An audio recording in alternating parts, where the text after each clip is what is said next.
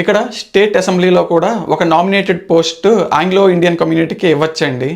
ఇది ఆప్షనల్ అనమాట. ఒకవేళ ఆ రాష్ట్రంలో ఆంగ్లో ఇండియన్ కమ్యూనిటీ అంత రిప్రజెంటేషన్ లేనట్లయితే ఎన్నుకోవాల్సిన అవసరం లేదు. ఇది గవర్నర్ నామినేట్ చేస్తారనమాట. ఒకవేళ ఆంగ్లో ఇండియన్ కమ్యూనిటీ రిప్రజెంటేషన్ ఉంటే గవర్నర్ ఆ మెంబర్ని అసెంబ్లీకి నామినేట్ చేస్తాడనమాట. ఇక్కడ మన దేశంలో 7 రాష్ట్రాల్లో రెండవ సభ కూడా ఉంటుందండి. ఈ కౌన్సిల్కి వెళ్ళే మెంబర్స్ని member of legislative council MLC అని అంటారనమాట. ఉత్తరప్రదేశ్, బీహార్, మహారాష్ట్ర, కర్ణాటక, ఆంధ్రప్రదేశ్, తెలంగాణ, కాశ్మీర్ ఇలాగా ఈ రాష్ట్రాలు ఈ రెండవ సభ ఉన్నాయండి. ఈ లెజిస్లేటివ్ కౌన్సిల్ కూడా ఈ స్టేట్స్కి ఉన్నాయండి. లెజిస్లేటివ్ అసెంబ్లీతో పాటు ఈ లెజిస్లేటివ్ కౌన్సిల్ కూడా ఈ 7 రాష్ట్రాలకి ఉన్నాయండి.